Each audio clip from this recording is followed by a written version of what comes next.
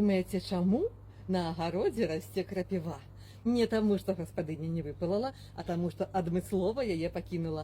Бо крапіва гэта раслінка абярэг, і яна патрэбна ў хатняй гаспадарцы. Агулам беларускія гаспадыні выкарыстоўвалі як абярэгі шмат якія расліны. У асноўным гэта былі расліны горкія, напрыклад, палынь ці асіна, альбо калючыя, такія як крапіва, дзядоўнік ці ядловец, пякучыя, вось тая самая крапіва. Гэтымі раслінамі карысталіся як абярэгамі. Якім чынам?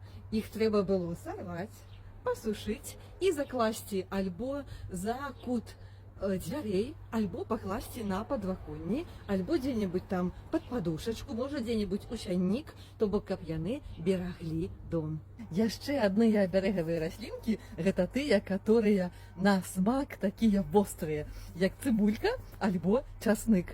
І нават калі дзеткам вось вешаюць такія на шнурочку у пудэлачках маленькіх зубчыкі часнаку, то гэта ж таксама абярэг не толькі ад прастуды, але і ад злых духаў.